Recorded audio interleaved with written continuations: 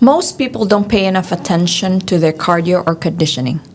It's usually skipped or treated as a side note, while the focus goes all in on strength or aesthetic. But the truth is, your heart and lungs are the foundation for everything else in fitness and in life. Without conditioning, strength has no engine behind it.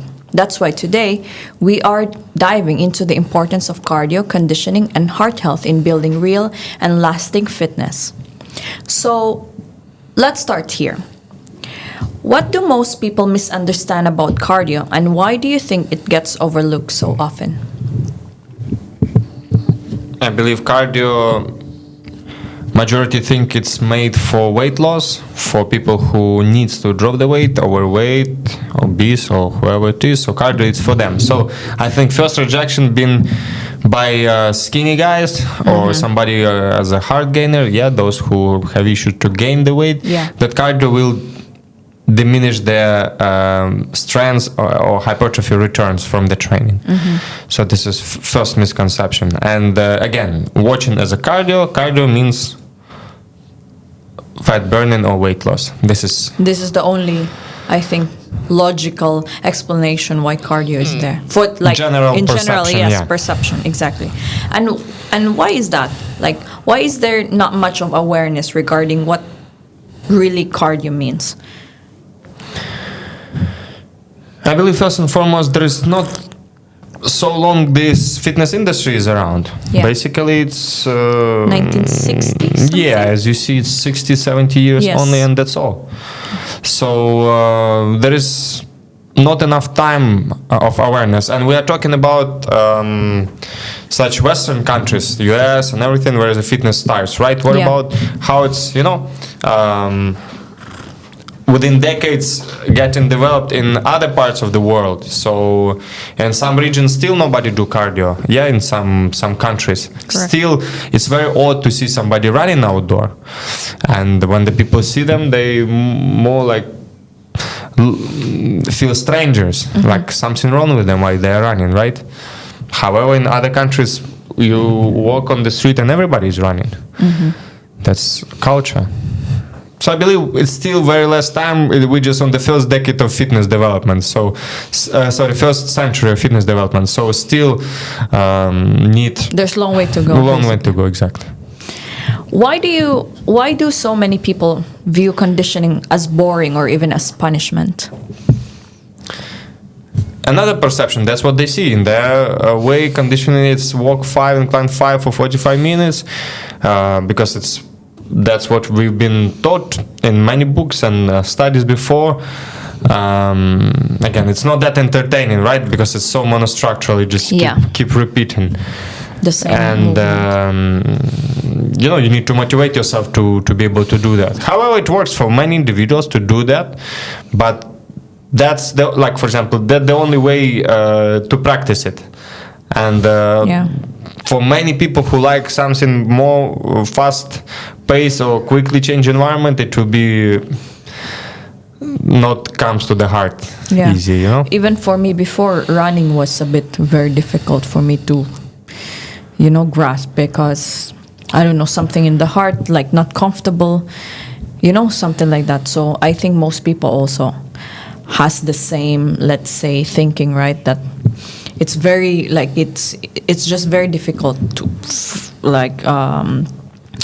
that they work on their heart, right?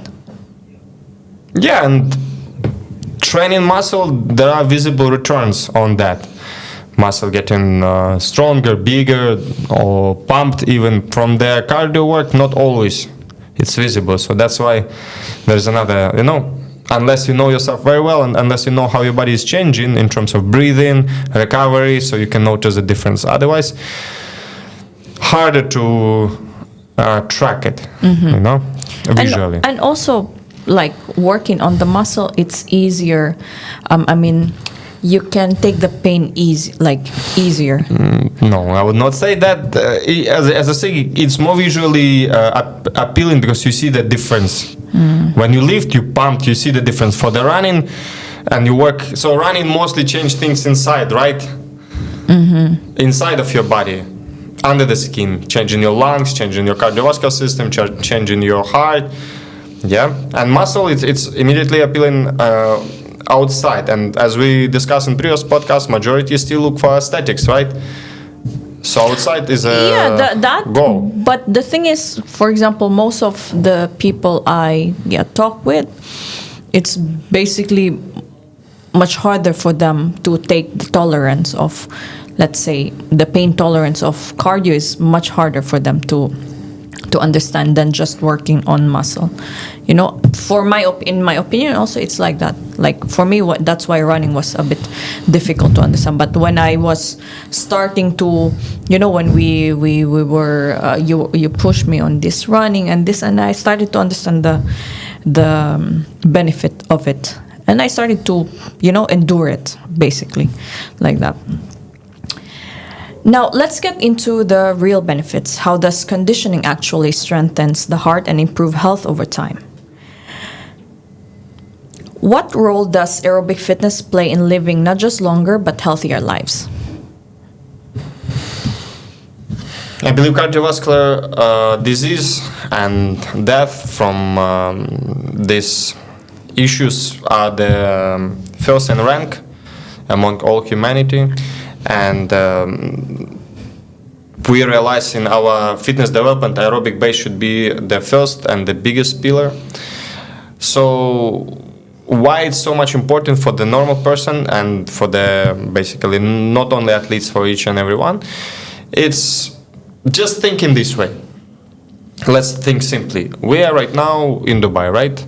And living already years here, and it's hot environment, and it's not that well saturated with oxygen, right? Due to the geographical positioning, and without well-developed cardiovascular system in the heat, in the summer, lots of situations. Sometimes you have a seat in your car, AC is not responding well, different. Without having good heart and good circulatory system, it's very dangerous to be in. So, for example, I'm sure this place would be for somebody like my father will be pretty hard because his cardiovascular system is shaky. So, heat and humidity and very low oxygen supply, also dusty, no? would play dangerous role with him. Really, I'm not sure he could have handled it. So that's why. And just to be in the nature in such environment, you need to have cardiovascular system well developed. Just to be able to live with not that much oxygen and still be functional, not having headaches and stuff like that. So your body with less inhale of oxygen should be able to still function, deliver oxygen to the blood cells, and which means your red blood cells, the transporter of oxygen, should be well enough in your bloodstream to transport. So all your cells are breathing well. That's what I mean. How do you understand that you have well-developed cardiovascular system? It's not difficult for you any weather condition. And for example, let's again imagine even to take heat is much better, right? What we discussed. To take heat, like HIIT. Yes. Yeah, so you need to go from point A to point B. There is no taxi, there is no nothing. For so many people, it's super difficult. You'll be able to reach there. Yeah, you'll sweat, and you know on yourself, you'll sweat less. Yes. You will not be out of breath. Okay. That's for example already like if you say how to know if your cardiovascular system is developed, you're not thinking about it. But if it's not developed, you will think about it. You will be huffing, puffing. You know, you will be when you climb. You'll be sweating. If small sprint to be done somewhere, it will be like it will take minutes to recover. So that's the signage that you don't have a well-developed cardiovascular system. But if you have, I think you mostly don't think about it. Makes sense. Same like if you don't think about your body doesn't hurt. If you like turn left, it hurts. Like you keep thinking about your body, right? True. Because it's recalling. Why should people in their 30s and 40s pay attention to their heart health right now instead of waiting until later? okay, that's I think 30s, 40s, 50s, and above. It's already pretty much working age, and people stuck in their offices, and there is very less heart activity. Their heart never been challenged in any spikes. I would say, like probably it's keep stable 70, 60 all the time. So not more than 120, 130. I don't even think so they'll reach even this level. So 120, it's already brisk walking, right? Mm-hmm. So the danger is anything above that will be considered as excessive strain already. So I think people in 20s still here and there expose themselves to physical exercises. And because they play sports. So the heart rate here and there goes to 140, 150, maybe even more in there some intense games. And they're not that far from teenage. And they still have good warranty. From 30, you start to lose your warranty. Same on the cardiovascular system, And the main thing that it will happen here or there, you will be needing to do some run for something. Or sometimes even like, let's say, such type of conditioning like farmers carries, right? Mm-hmm. You'll be needing to carry whatever. If you use something, you'll be carrying your kids or your bags. Whatever, you will be in such situation. Or when you're late in your flight. Somebody late in the flight, run through the airport, right? To miss the not to miss the flight. Exactly. Somehow we'll be in such situations, right? And then first of all, okay, it's fine if you finish and you just breathe in. But you can get much harder sequences from fast sprinting if your heart is not ready. I'm talking about like almost little thing, So just for that. And from 30s, the capacity is getting diminished, and the risk is increasing every time. True. Is it possible, for example, if you did not, let's say, was not used to training your cardiovascular system, and then you decided when you are in your 30s or 40s, is it not too late to train your... I believe it's never too late. It's even mandatory to start to train that until you have still a proper musculoskeletal system to get there. When you're already broken, for example, let's say you start in your late time when your joints already injured, and that will be challenged to think which machinery you need to use to get there. Maybe it's difficult, painful for you to walk. It's this. So that's what we need to think. So, but actually, never there's never late. Never, like you can never late. You can never be late. Sorry. But when you start, and still you can do pretty much everything. I think 30 is okay. Like. Depends. Sometimes people completely demolish themselves in their 30s, You don't know. Somebody already retired in their late 20s on the body. That's too early. Happens. I like this quote that I get. Muscle will carry you through today, but your heart will carry you through life. I think people often separate strength and conditioning in their minds. But in reality, they support each other. So how does having a stronger heart and lungs improve strength training itself?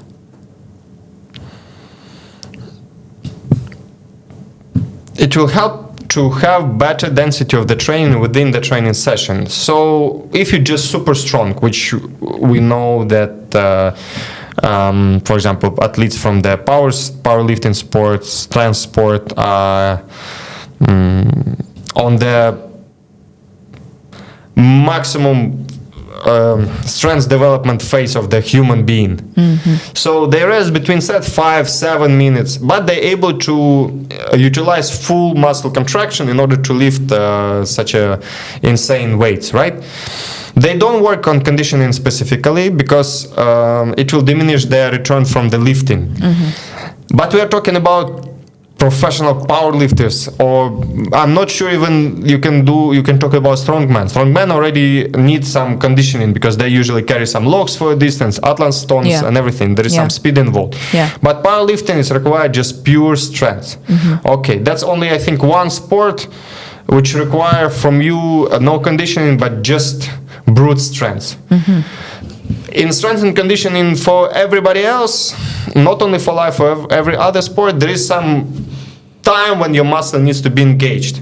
So in order for your muscle to be engaged in some certain time, not only muscular endurance has to be done, it's also cardiovascular endurance has to be supported by that. So muscular endurance help the muscle to contract during the work time which is needed, but cardiovascular endurance help to keep supplying the nutrients and the oxygen and remove the wastages while the muscle is contracting. So they work hand in hand together. And again, the word conditioning we see only, as you say, it's written heart and lungs. Conditioning, it's everything. For example, simple way. Okay, you do, for example, push-up, your shoulders tired. Everything else is fine, which means your shoulders, they conditioned for push-up. So, or you do jumps, you know what we do, your ankles are hurting. So which means we need to condition the ankles towards this. So that's why running, for example, it's fantastic way of aerobic exercise and great way of human locomotion, but so many people are just not conditioned to running. Not only on the technique wise, and ankle wise, knee wise, hips wise, and breathing wise. So many things to be conditioned. Mostly breathing, yes. Not mostly breathing. I would confront you with that. So many people just gait wise. I mean, the way they propel the leg, it's so much to be corrected. The moment we put them through the challenge, we just injure them. You know that.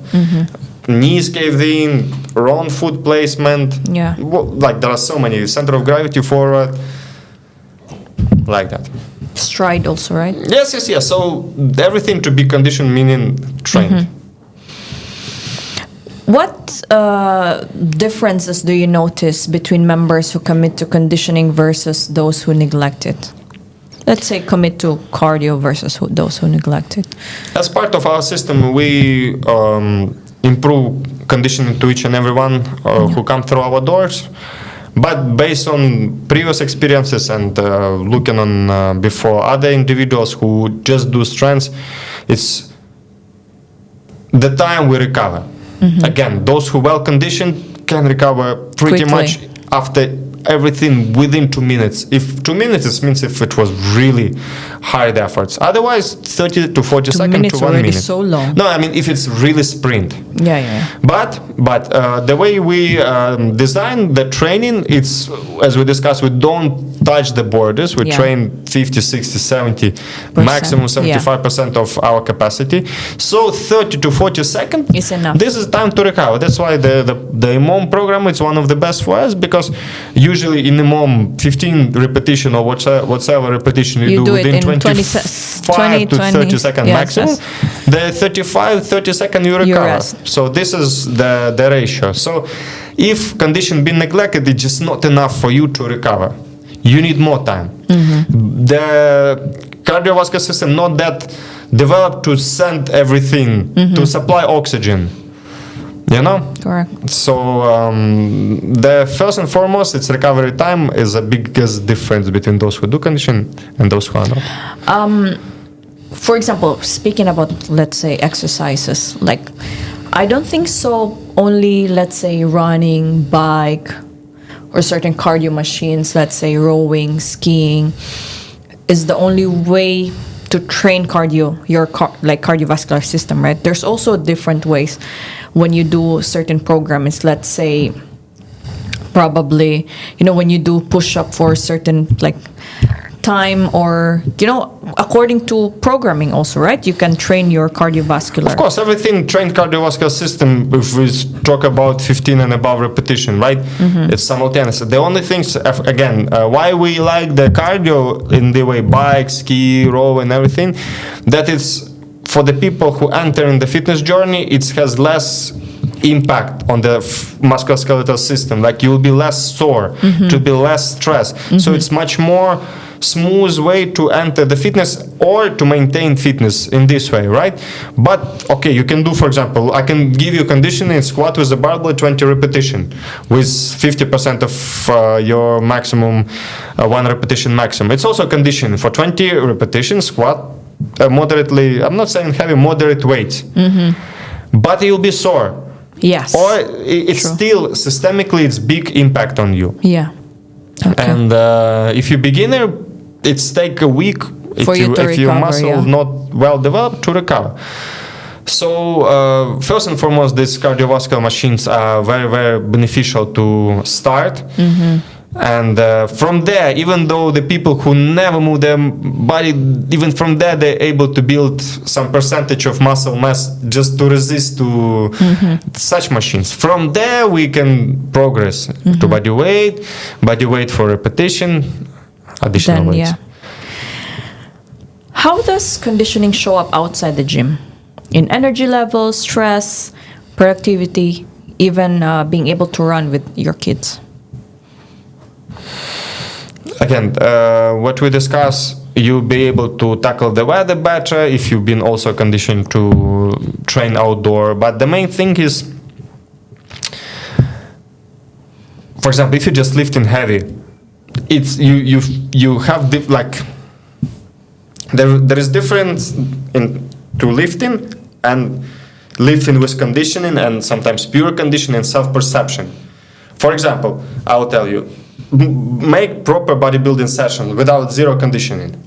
You'll feel yourself suffocated. Like, your muscle, you look fantastic in the mirror, but inside you feel there is no oxygen, right? Like all the pipes are not about blocked, but very congested. That's how I feel. Maybe not everyone feels this way, but I think there is a sense of it. Do one, for example, boxing session. What do you remember after? Wow, you feel so light. You feel happy. There is even your head is light, right? Yes. Yeah. So when you do, because you absorb so much oxygen. Yes. The muscle strain and oxygen uptake in a good ratio. So you go after shower like flying. Yes. Right, and at the same time make very hard pump session. You go, you just jacked.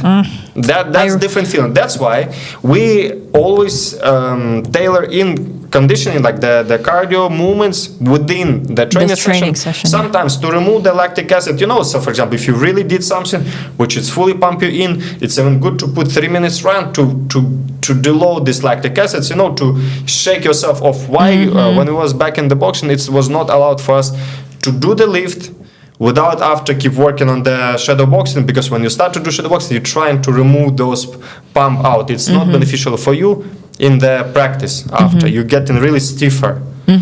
So that's about this. Then about the evenings and everything. When the lungs are breathing well and everything, you sleep better. There are lots of carryover for daily life. You sleep better, again, as we discussed, jump up the stairs faster and move something. Even though, I will tell you, we did some video shoot, and we did some recently, and I did so many different moves, like this video, this movement, this movement, this movement, this movement. And I'm okay, carry on. And I remember I did video 5 years ago. I was not about neglecting condition, just it was not that much in the program. I remember I did 3-4 moves, and I'm like, whew, because movements was explosive. I was needing to show my best. But I was like just recovering. So that, and I think so. If your cardiovascular system well developed, you don't need much boosters, like to wake yourself up, because the circulation, oxygen uptake is better. I remember when I did my first 10K run.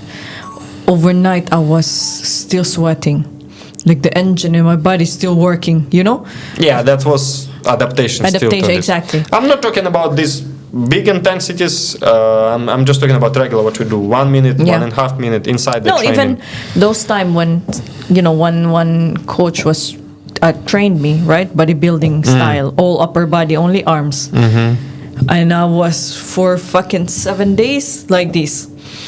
Like so stiff, like my muscle like this, and I don't feel it's not even I don't feel good about it. Yes, I know I work on the muscle, but it doesn't feel good. And I was 7 days like this. I'm walking like this, and when I'm like I was doing boxing, it's true. Like you feel so light. Like you feel so light. You're like walking in the air. Yeah, the happiness hormones after really brings it in. For sure. happy heart, really. You get Yes, exactly. What's the right balance between strength training and conditioning for the average person? I didn't see average people, like everybody is different at the end of the day, and we look at the beginning, who is lacking what. For example, I notice multiple times people have very good cardiovascular fitness, meaning we put on the treadmill, they run 11 speed, 12 speed, the heart rate 140, 130, even sometimes not touching 150. Wow, cardiovascular system is fine, no problem, recovering fast. Then we start to do, for example, set of 20 lunges, body weight only, boom, 160, 170. All right. So they used to this type of loads, but muscle endurance is not on the level. So I seen sometimes those who keen in running, basically pretty much on lower body, everything's going great. We did one set of 15 push-ups, and cardiovascular, like I see on the heart rate 170. I was like, wow, that's interesting. So the person was just running, biking, lunging. The heart was upper up body to was 140. We did 15 push-ups, 170. Okay, so which the means upper body was not developed. it means it's so challenging for the body to, to load this particular movement. So the heart has to beat 170 to do, and they sometimes even dizzy. So disproportionately developed, right? And we're like, okay, we write in our consultation, this person need to work on the muscular endurance of the upper body, primarily cardiovascular system, keep on maintenance, improve the muscular endurance of the lower body, but put 60% of the efforts on the upper body strength and endurance, because it's really lacking. You've seen sometimes people who are very good in running, you look on the upper body, it's super flat, Some of them do maybe a couple of pull-ups only. However, they run on record-based numbers. So for the run, it's fantastic. For the health, I don't think so it's good. So there is no perfect ratio, but depends. In the end of the day, still majority of the people deconditions, like the heart is too weak.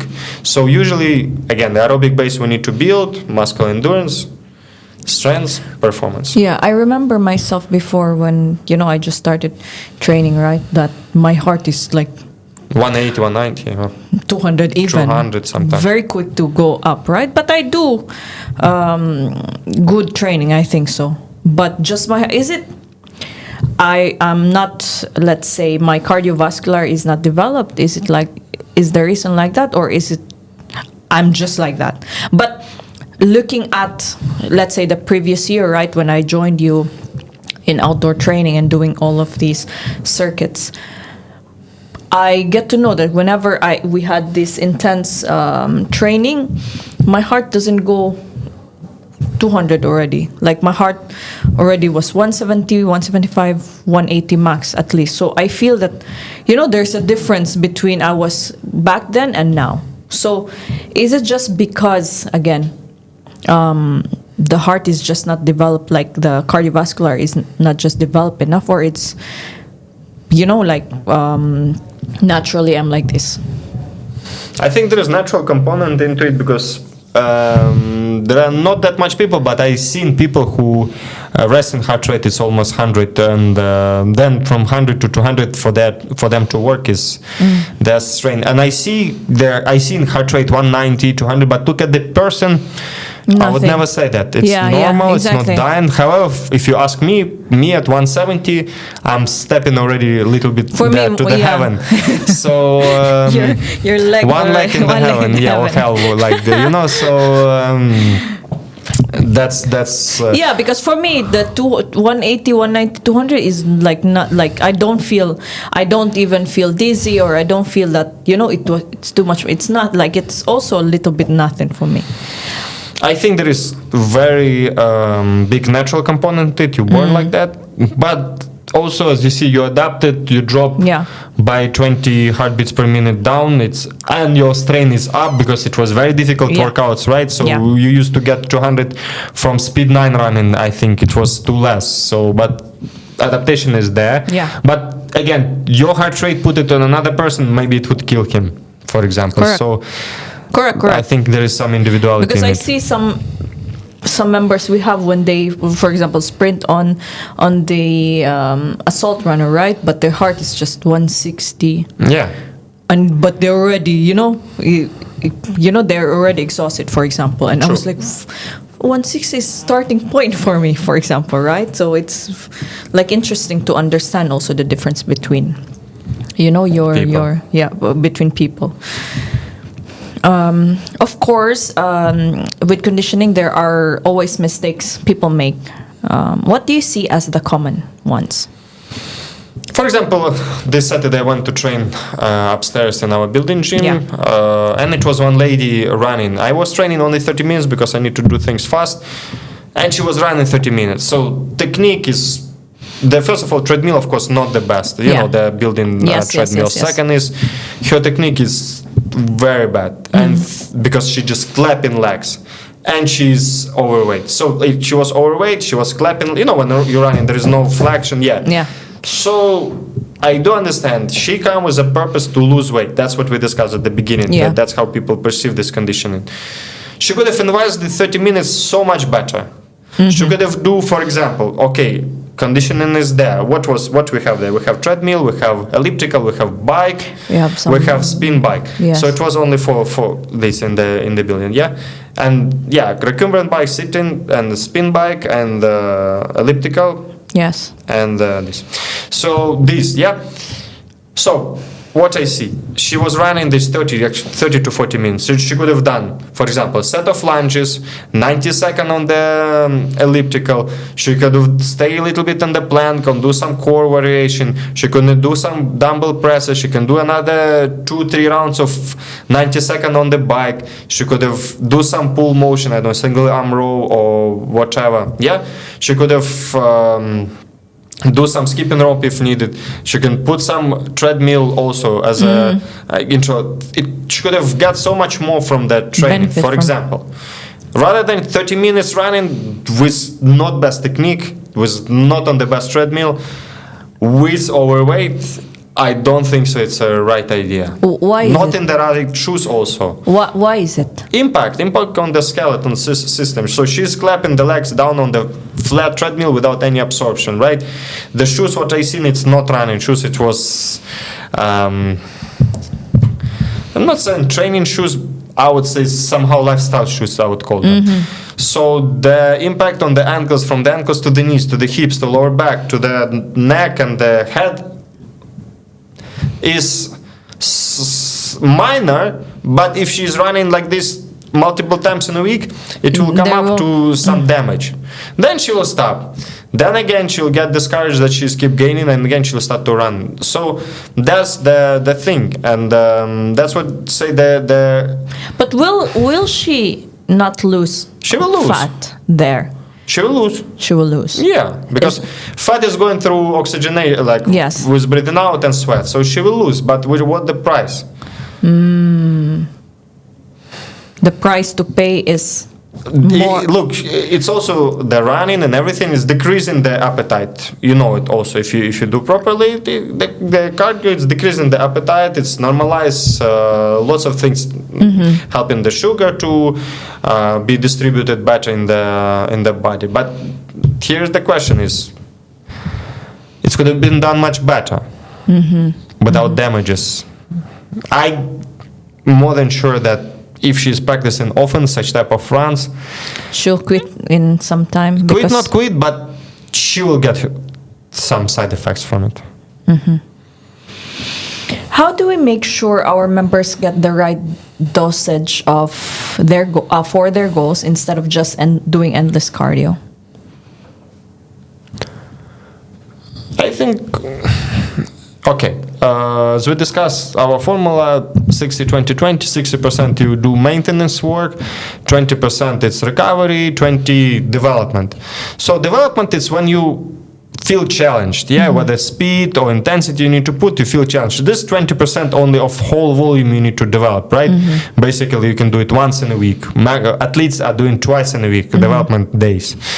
20% it's super, I would say it's easy that, for example, the strain what you going through, it's way like below 50% of your capacity, recovery weighs.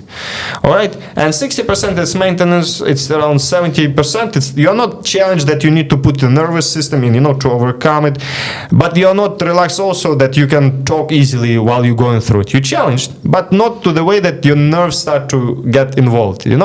When you put your when we had podcast, how it's called? Which remember, episode? We had one podcast about the overcoming difficulties, something like that. When you put your mindset to, overcome. But let's say I'll put you now on the speed 14. And your body cannot handle, but you pushing. You will get through it, but what the price? Much better to be ready for that. And not to switch on your mind to help you in. What do you think about this brisk walking or walking? Is it also beneficial for our cardiovascular development? It's super beneficial. My issue is when the people who could have run do this brisk walk. So when you can, I still have this philosophy, maybe I'm wrong, but as of now, if you can, you need to do it. You need to utilize it. Okay. So if somebody in their 20s saying, I'm doing the walking, and this is brisk walking or more walking, it's not perceived as a cardio activity for me. Okay, so if you're already on the stage where running is for example, my mother is 64 and she trained with a friend also on the stadium, and I was a little bit give them glimpse of running. Okay, start because they just walk. I say one round walking, one round running, like one circle, 400-meter walk, 400-meter run. Yes. You alternate this. And what happened is she was plus minus okay, but the friend of her, which is same age, her ankles and knees was hurting. Of course, I didn't see the technique. I don't know how they was running or whatsoever, but we come up both to conclusion that probably running not anymore good activity for them. So for them, not for her, just brisk walking is best. So the ability to recover for, as per this menopause, like all of these games, ability to recover is longer, and ligament capacity is less, and probably technique is worse, and I don't think so they had the right shoes also. So better brisk walk. There is I will not push her to sprint or something to keep her health like this.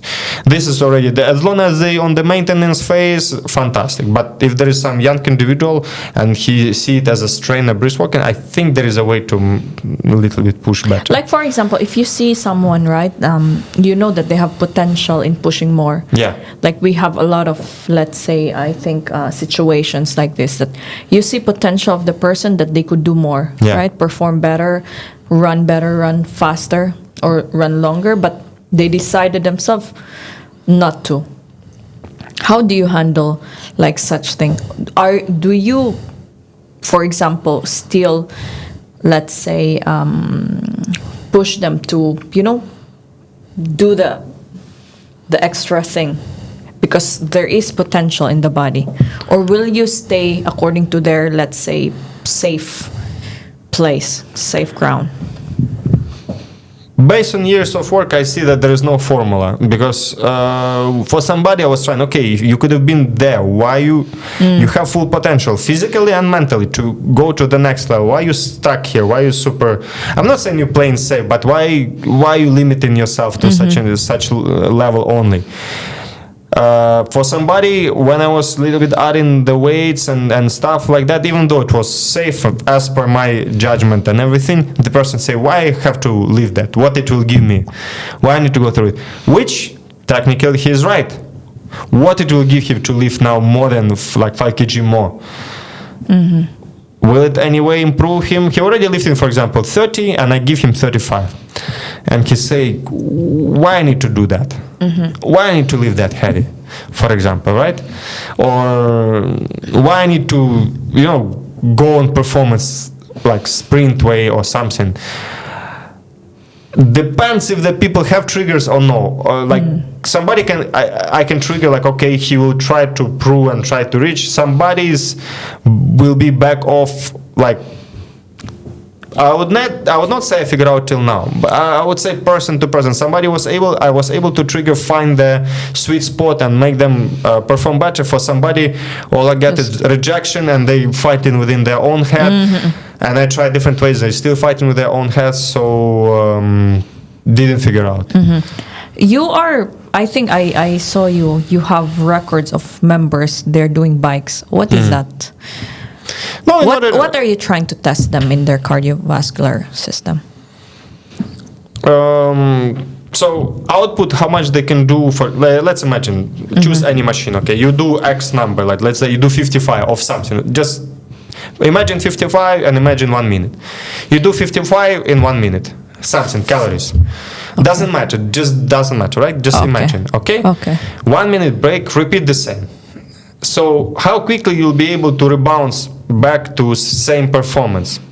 If you do 55, then next one you do 33 after 1 minute. Okay, so we have issue with your recovery. So that's where we discuss cardiovascular system and ability to utilize lactic acid and ability to muscle. So in 1 minute you do a certain work. After 1 minute, hopefully you're repeating the same. Hopefully you repeat the same result. And if not, then you can You need to rest more then. Like this 1 minute was not enough for you to rest.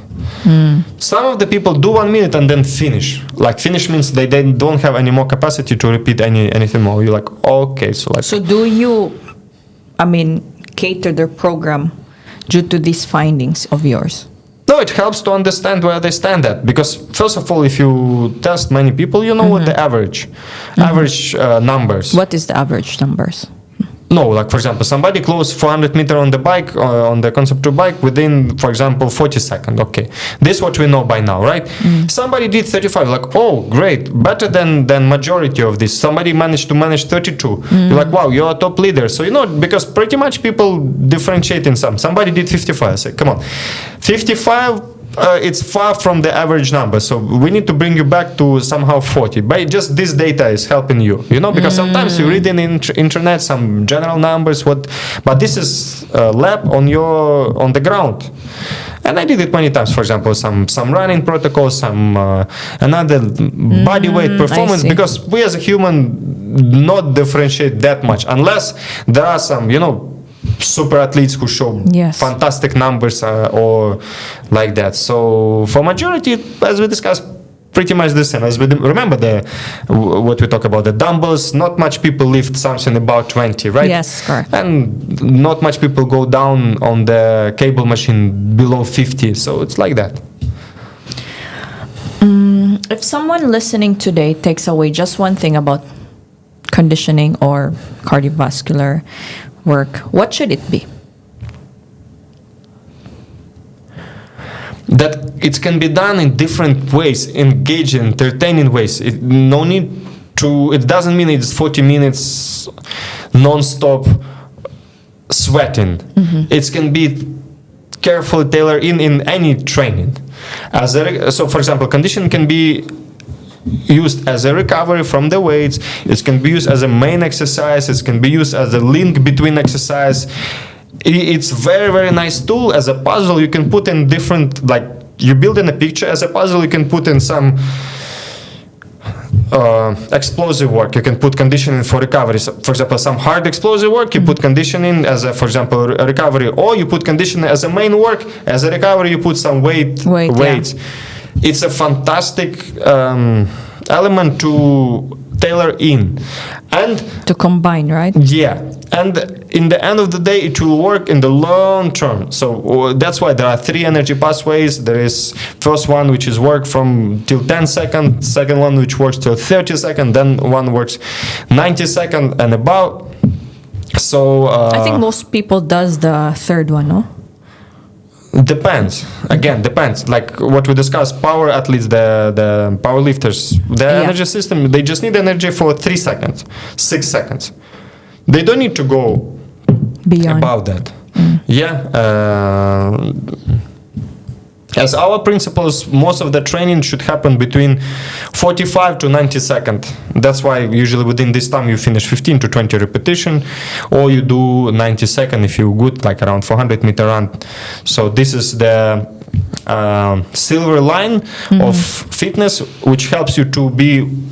You can go from here to the left, which is to the power work, to the fast inputs, and you can do to the right, to the aerobic, to the longer work. So this help you to be like multi-dimensional in this way. Okay. Before we end the episode, can you give a bit of, advice to those who, let's say, doesn't have the resources, right, to program their workouts, their cardiovascular, like their cardio workouts in a fun way? Like, what would be your, advice to them? My advice is timer. Timer is the best coach for us and for any level. For example, you have no equipment, you have nothing, you have no skills, probably even 20 jumping jacks will make you tired. Okay, set up timer, let's say put 5 minutes.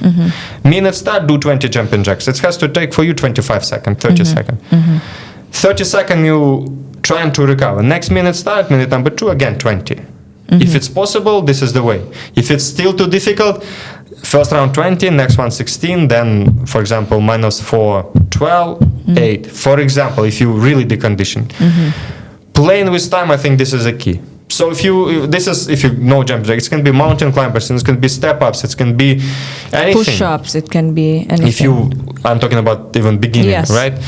It can be some toe touches, like different ways of body movement which you can repeat, but short rest will not allow you to fully recover, and you need to repeat it again. So this is, I think, fun way to start. Within 10 minutes you will be smoked, and there's endless way of scaling it. So you did 20 jumping jacks. Wow, like what is, like there's I still don't achieve this level of fitness, but one of the fitness authority for me, Jason Khalifa, he say you should be able to do the amount of rounds equal your age, like you now, let's say 32, right? Yes. 32 rounds. Fuck. Every round, 15 burpees. No, fuck. So you should be able to do 15 burpees For every 32 round rounds. for the amount of rounds. How old are you? I did the other day, we did, I think we did only 10 rounds of 15 burpees every minute. With the time? With timer? It's imam. It's imam. I was smoked. So that means But I was doing 32 minutes, I have to do 15 burpees. So Yeah. every minute of the minute, right? Yeah, so 450 Oh my God. and then 480, I think so, yeah. But I will try soon. Not now, though. No, it's a lot. I'm still 32. I don't want to go more than that and try it. So at least it's not. This number makes It's me a also. I freaked out because I'm not able to do it right now. I'm 35, so 35 exactly. rounds of 15 burpees every minute. I don't want to be Oh my 35 and God. doing the challenge. So 32 is still okay. Probably. Yeah, try 10 minutes. So it was this. So what he say? 3 minutes, and you dead. 15. So 15 burpees. If you do 3 minutes and you dead, it's beginner level. Oh, wow. If you do 6 to 7 minutes, it's already moto average. If you do 9 minutes plus, you already move into good grade. Okay, 9 minutes. Okay. So 9 multiply 15, yeah? I Every see. minute 15. The other day before training, we did 10 minutes. Okay. I would say Challenging. challenging, yeah. Because 15 minutes, it's around 35 to 40 second efforts. 20 second to recovery. 5 Yeah. rounds we manage, 6 rounds, and then Oh my God, yeah, then 15 burpees. you start to get smoked. Yeah, your body heat. But maybe inside the building will be easier, but it's hard regardless. Yes, correct. Interesting. That's nice outtake. I think that's it for our episode. I just wanna say thank you again for you guys who's listening. Don't forget, please, you don't just train just to look fit. You train so your heart doesn't quit. Thank you, everyone. Cool. Thank you. Bye bye.